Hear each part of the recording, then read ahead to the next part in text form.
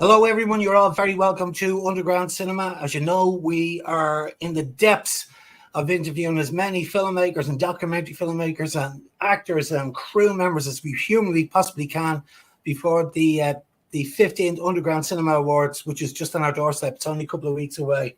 So I'm delighted to say we've got a brilliant documentary that came into us this year. It was called Hectic. It was directed by Ciarán Casey, and its producer, Max, is also with us there this afternoon. You're very welcome, guys. How you doing, man? How you doing? Be here. Very good, very good. Max, your surname, Baranovskis. Baranovskis. He almost had it. He almost had it. That was actually I could never get it. I don't know how long it took me to get that.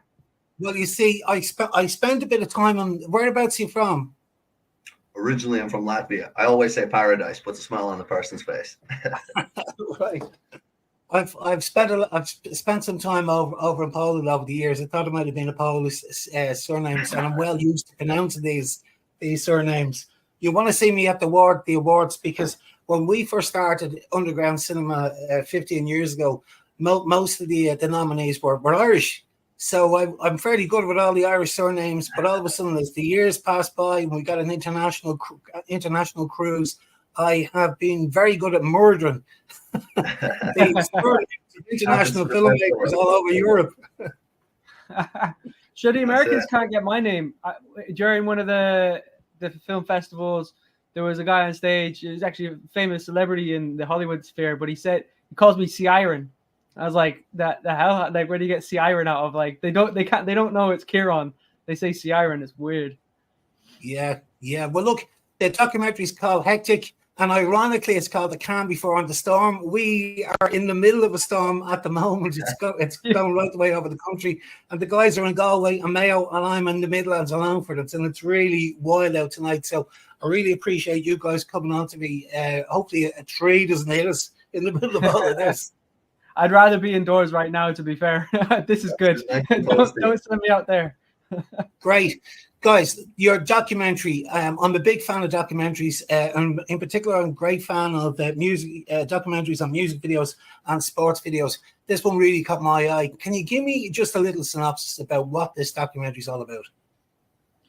Well, basically, it's following a young man who is like he's an influencer online to millions of people, and he was the first Irishman on this influencer boxing scene. And it's just him, his training regime, his family, the things that led up to get him into the influencer boxing match, and first Irishman on Misfits. And it's just his trials and tribulations and how he got there and all the stuff that he had to go through to get there in the first place. Yeah, the guy's name is Ben Williams. Yep. Yeah, Ben Williams. Would you believe he's only 20 years old, and the stuff he's doing is madness. So it was very interesting to follow him. Yeah, like the title, like Hectic, it suggests a really busy, multifaceted life that he has. That's where the title comes from, I would imagine. It was like I did like a pre-interview with Ben before I like really knew him, and the last question I asked him was like, explain your life in one word. And he turns around and he says, Hectic. And I was like, that's the name of the film. There you go, right there. So I didn't come up with it. It was him. And I was just like, yeah, that's it. There you go. This guy does everything. It's boxing, he's fitness coach, DJing, influencing, and the films, shows his personal journey towards his Misfits boxing debut. Mm-hmm. Yeah, it's to follow him was actually exhausting. I was going to ask you that, yeah. Sorry, my son's running in the door. But it was exhausting following him. Like me and Max, just the 2 weeks that we had with him, and that's everything he'd do. You're just like, Jesus. Like when I was 20 years old, I was not doing that anyway. I was kicking rocks outside in the gaff, it wasn't that. It's a truly inspirational story what you can do within 24 hours, and just us having the privilege to be there around with him for the 2 weeks has been incredible. And like, not only is there like the trials and tribulations of Ben being an influencer, of us as the filmmakers taking on this huge project on board. Like, it was just the two of us with no crew, following Ben and making sure we got everything. We had everything that could possibly go wrong on the film set, as you know yourself, always goes wrong. And it's been the case over and over, like day in, day out. There was always some sort of troubles, but like, we managed to steer the storm and got out on the other side of it.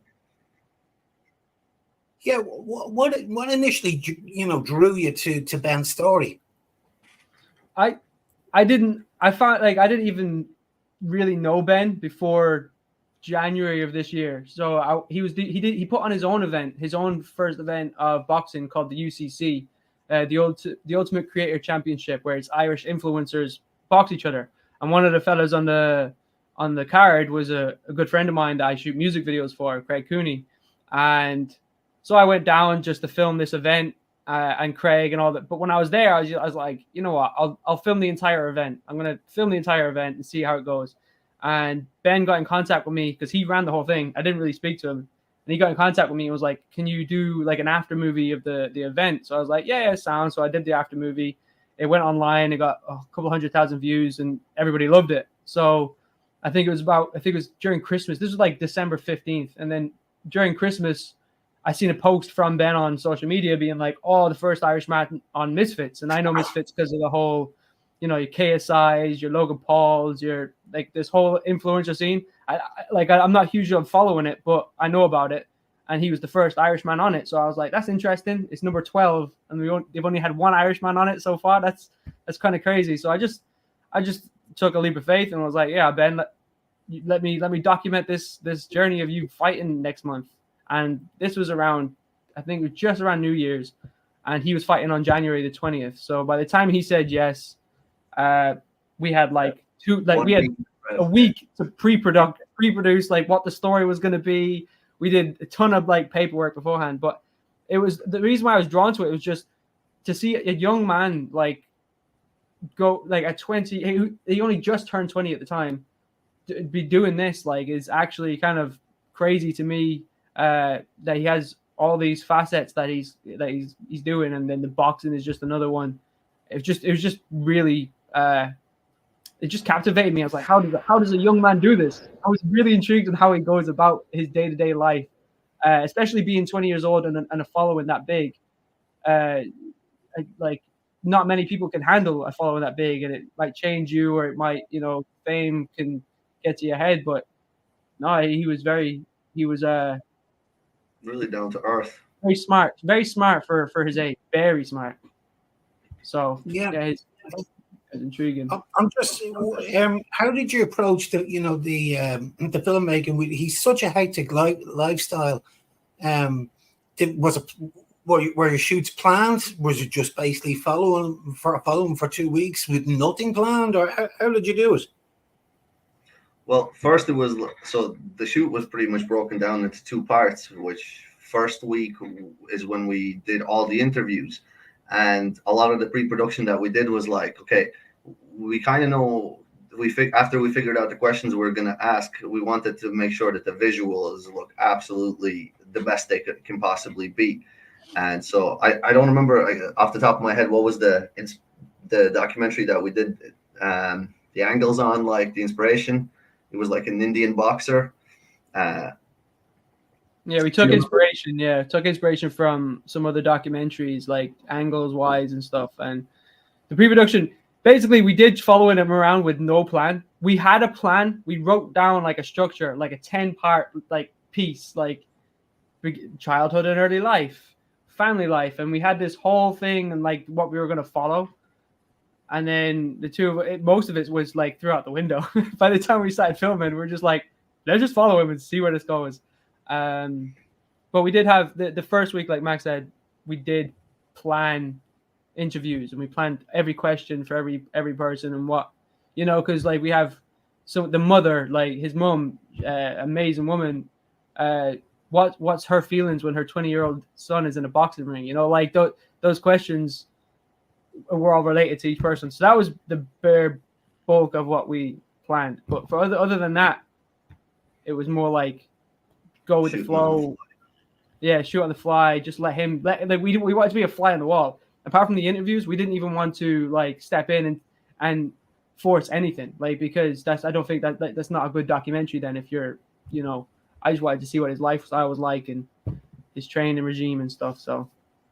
Yeah, well, look, in a way, it is very well structured. In a way, I mean, you've got all the interviews in advance planned. You know exactly what you want to ask him. You know each angle you want to talk to him with his family, and then the next plan then is to just take the cameras out and just follow this guy for 2 weeks and shoot as much footage as you possibly can. Sit down in the edit and work out what's best for the 36. It's 36 minutes long, this documentary, which is difficult. When I get, when you get short films into the magic number is sort of 10, 12, 15 minutes for a short, and then when you get documentaries in, people think 20 minutes and 30 minutes and 35 minutes for a short documentary. It's a bit long. It's actually not.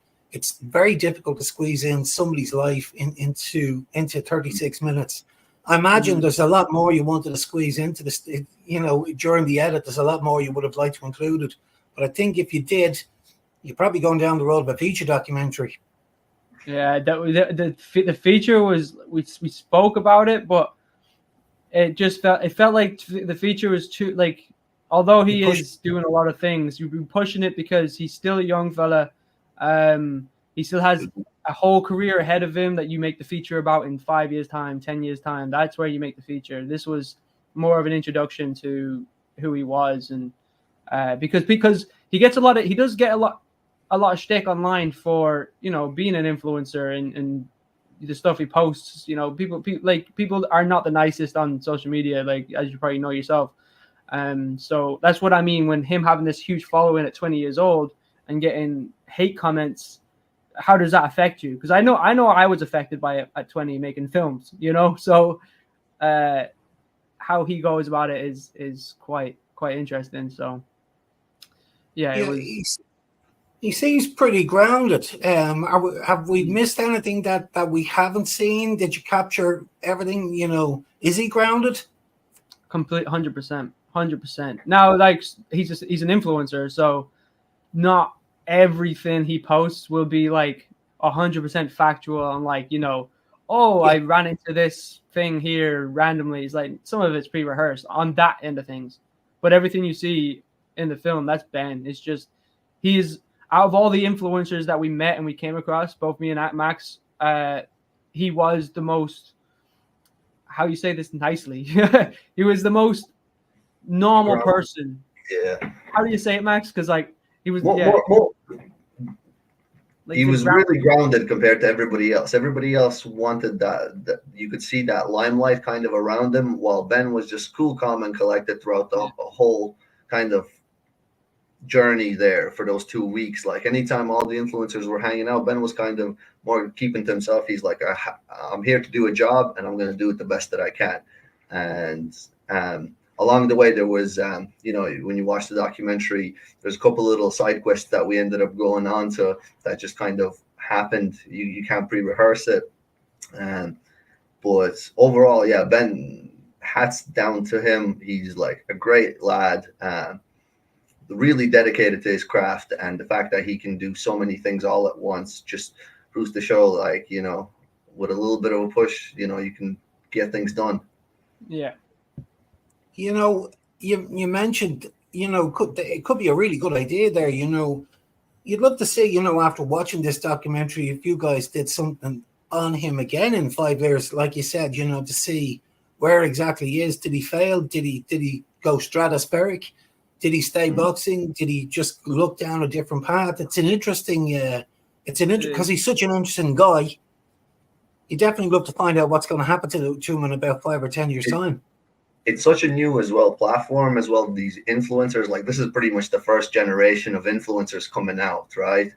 And it does feel like, let's say Ben here in Ireland, he's setting the trend there and he's setting the bar up. So who knows what will happen? Yeah, like it's in talks of following him. Well, to be fair, like we weren't planning it, and then we were all of a sudden because of how much attention the film got. Like I never made I wasn't making the film because, like I said, I didn't know Ben before January. It was just a spark.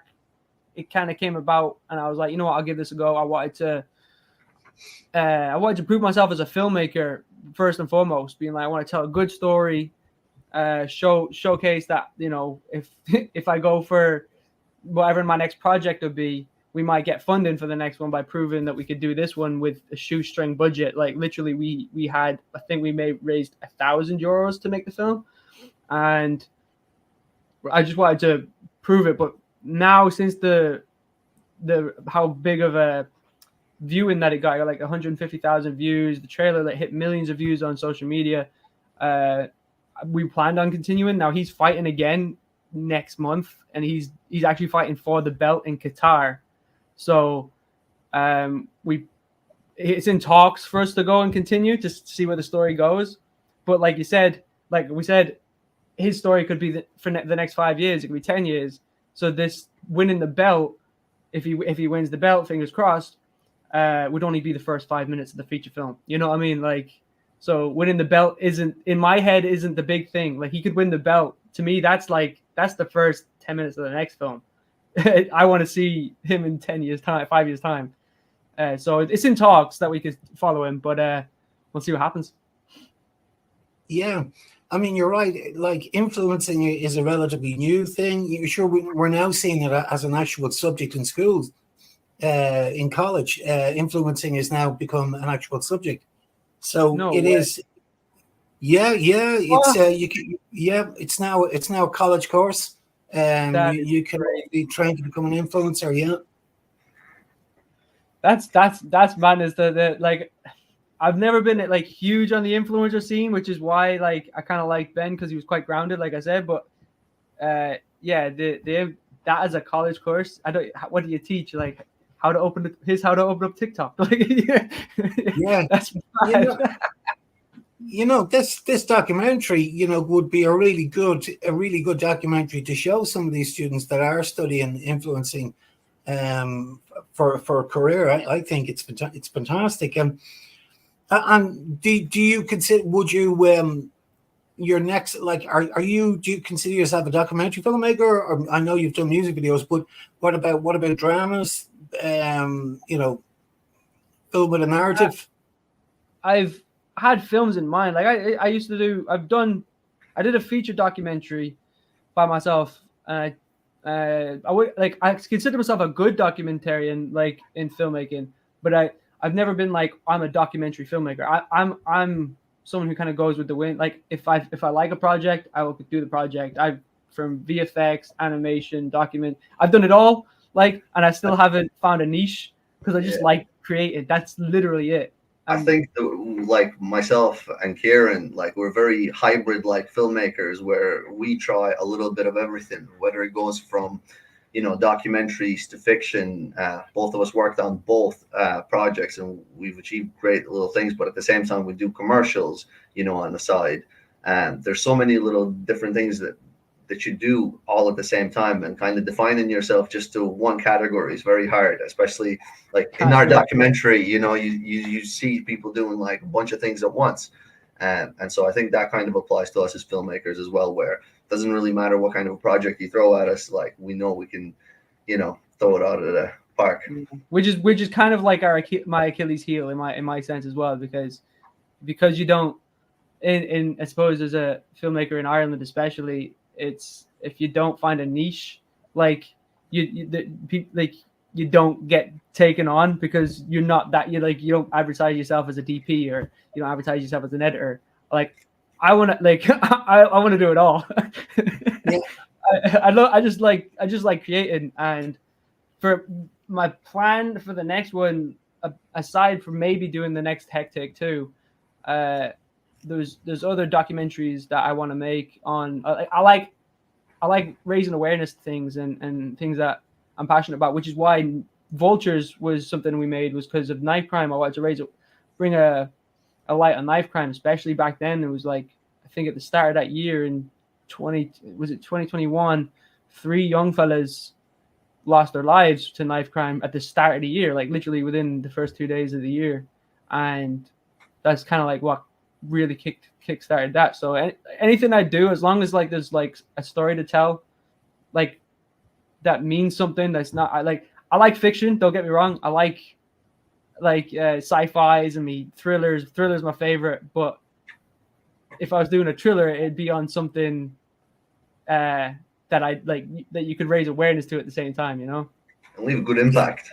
You know. Yeah, impact. Yeah, exactly. I don't want to make fluff pieces.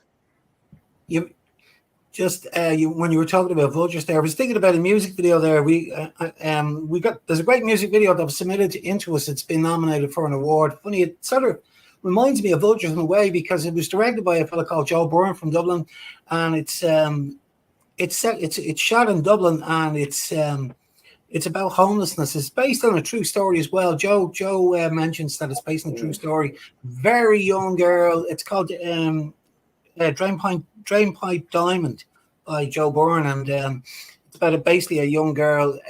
You know, she becomes homeless through no fault of her own at a very early age, and she's living on the streets in Dublin. He shot it really well, you know, because it goes from, you know, her first days on the street right the way through, you see, probably over the period of a year, and how she's deteriorating over the year, and how what she has to do to survive on the streets. And it would be a very good documentary as well. And the other thing I just wanted to mention there as well, the edit. So Ciarán, you did the edit on the film. How disciplined are you when it comes to an edit? Because it's a passion project, right? Because you love it. You're the director. You're looking after absolutely everything. And then when it comes to the actual edit, because you have to be ruthless sometimes as an editor, you know. And when you're the director and the editor, that's difficult. Yeah, I found it. To be fair, I found it hard editing it in the first place with the amount of footage that we had, and to cut down. I think we interviewed everybody for at least, just to make sure we had for at least 45 minutes, just to make sure, you know, that. So trying to figure out and piece together a story from what people are saying, because we had questions lined up in an order, but then you're in the edit, you're like, no, I'm gonna switch, and it took me a long time to edit. Especially it's all in my spare time. It was never like, you know, I could take a whole week off. If I could take off a week or two, I probably had it done within the 2 weeks. But it's a very difficult edit, especially like to get it down to 36 minutes. I could have made it longer, but like I said, it would have. But I'm a procrastinator too, so I'll edit, and then I'll be like, I'll walk away and I'll do something else for another 2 hours, come back and edit another. So I'm not disciplined to sit down for long periods of time, but I know what I want at the end of it, kind of thing. And with Max, like, I'm like, yeah, look at this. What do you think? And Max would be like, no, change this, this, and this. Or not in that kind of like, not as aggressive, but it'd give me a. I don't know. We had our moments there where we had moments where talking about like structures and like, you know, it's great though to like myself and Ciarán, I think, are pretty good. Like we can go at each other, but we know it's for the greater cause. And like in the end, I think like all that pushing and shoving kind of each other, like it shows off in the final project. And like you mentioned there, like some people find it really hard to make, you know, like a short documentary that's 36 minutes long. I think like I was there in the Roscommon Film Festival, and you know, watching it on the big screen, it really doesn't even feel like it's a half an hour long documentary. Everything is like paced really well. And we like you said, we had our disputes on the edit. Like there was, and I think the big one, like I'm glad I went with my, but you know, the ending when he puts his fist up and he's, you know, he says that last line, that was my ending in my head from the get-go. As soon as we never knew he was going to do that. He didn't even tell us. And I'm so glad he didn't tell us. That was in Ben's head. That's how smart he is. He already knew this was happening, that when he won, that's exactly what he was going to do. And as soon as I saw it, I was like, that's the ending. And then near the end, we're like, that's the ending. So Max was like, no, we need to add a little more just after. I was like, no, we have to cut it right there. No, it has to end with that fist. I swear.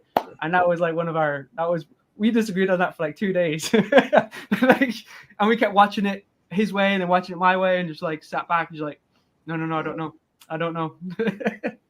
Yeah. It's healthy to debate and to argue over scenes. I mean, I certainly once I did a feature, and I can remember writing pages of notes to my director saying, this needs to be gone. This makes no sense whatsoever. Why is this in here? Why is that in here? And then he wrote back to me with red lines explaining everything. This is why it needs to stay. This is why it looks like this. This is why. And eventually we came to some sort of a compromise. But I do believe it is healthy to do that, because you should question yourself, and you should, because at the end of the day, you two guys just want the best film possible. So it's arguing in a good way, it's fighting in a good way, because you're both passionate about the film and you just want it to be the very best. That's it. And we have that kind of relationship. We could butt heads all day, and then a day later be like, "What's up, bro? You're good." We're like, if you're not strong-headed about something, then you just let it go. It's what's the point in doing it if you're not passionate, if you're not, why bother? Sure, I'll do whatever you say. Go on, unless you're paying me to do it, I will have my opportunity to say something. Creative input, we call it. Creative input. Yeah, exactly. Yeah, creative input. So you mentioned Roscommon there. So it's been in Roscommon. Obviously, we've screened it online. Has it? Have you sent it to any international film festivals or documentary festivals? It's in a few in Ireland. Like I think we what was it? It's either the Dublin International or the Dublin, but it didn't make one of them, and we're still waiting on the other one now because it was very late. We filmed it in January, and I was editing it for I don't know the longest time, and I wanted it out for I'd say early June. That was my goal. Early June, have it released, and it just didn't happen. I was sat on it for too long. Like I said, I procrastinate, and then I was never happy with it for the longest time. I'd watch it and be like, nobody's gonna like this. Who's gonna watch this? This is terrible. And then August came, and Ben was fighting that month in August. I think it was the end of the month. So I was like, okay, I have to get it out for August. It has to come out before his next fight. Because if his next fight comes out, and then the influencer stuff, if that next fight comes out, the film's going to be pointless then because he's already fought again. And it would ruin its chances. So we got it released, and we premiered it in the Black Forge in McGregor's Pub.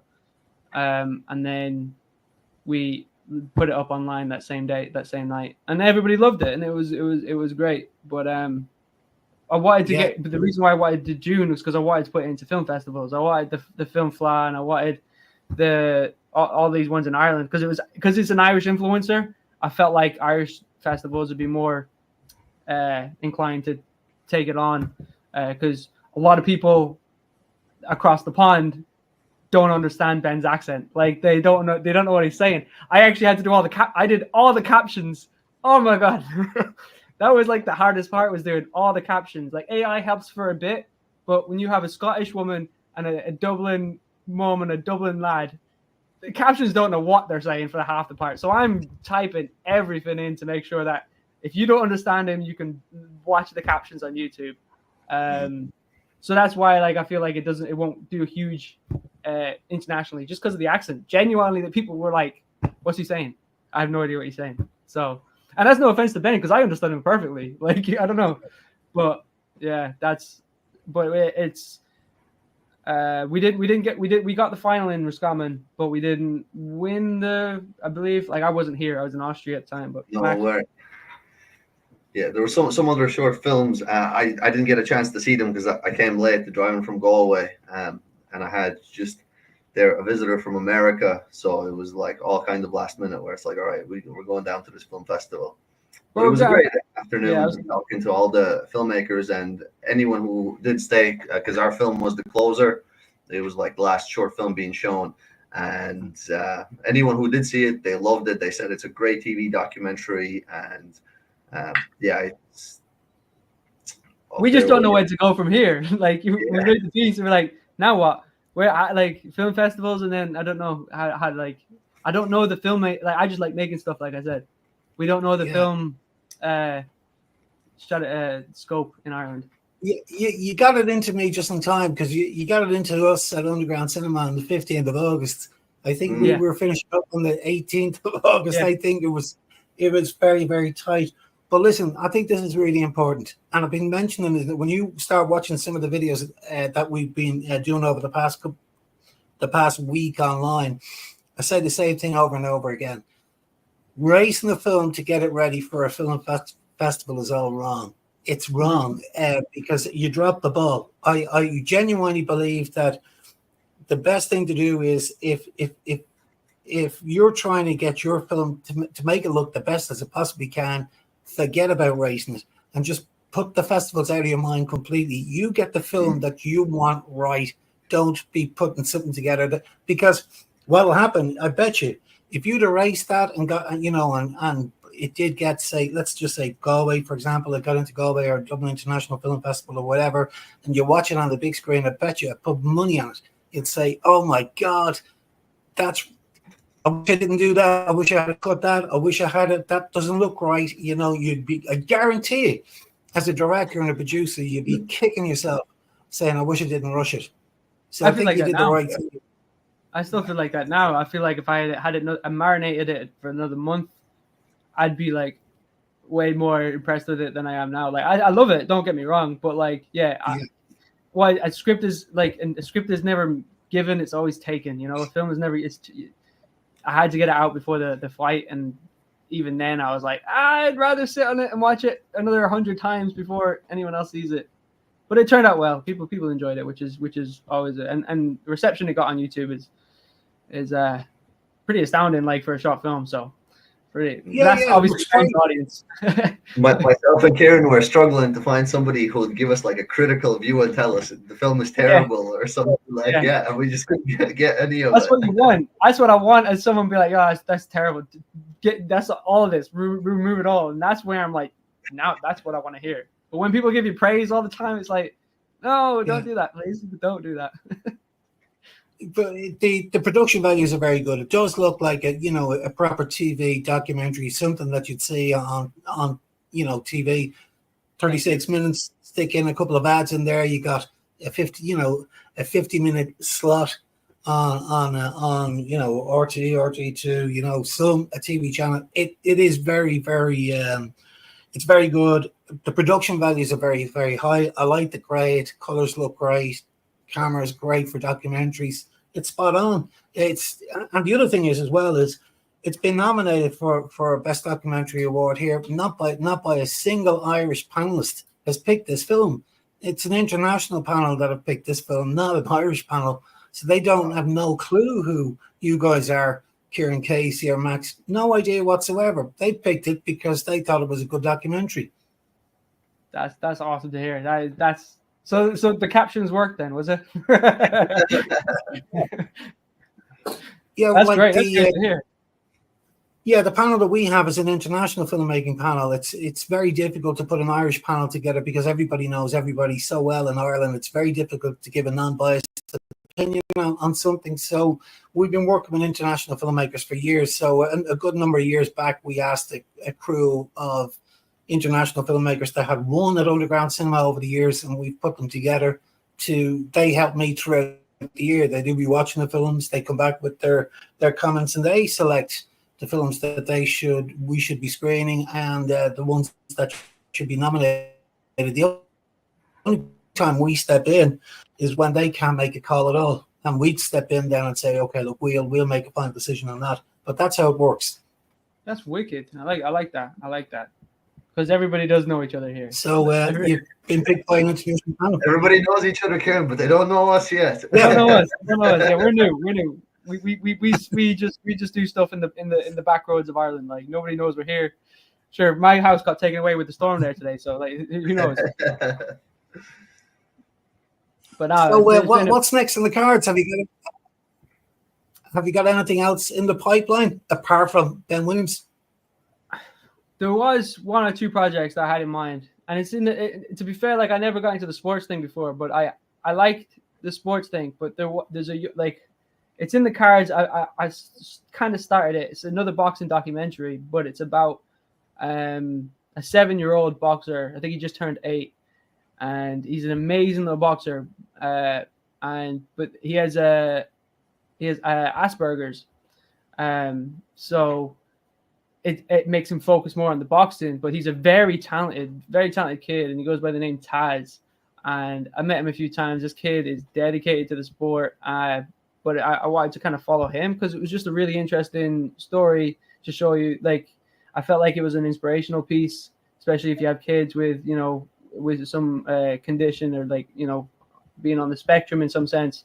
I mean, like, it doesn't matter about that stuff. Anybody can do anything. If you put your mind to it, anybody can do anything. So that was one thing that was in my mind. But aside from that, I'm trying to figure that out. Like that's just like something I have in the back of my head that I might follow. But I don't know what's next. I never know what's next. I think with all of the projects that we've done, like a lot of them, the greatest projects are the ones that just happen. We just end up bumping into somebody. Somebody ends up telling you a sentence, and something might just click, and you're like, "That's the story that's need to be told."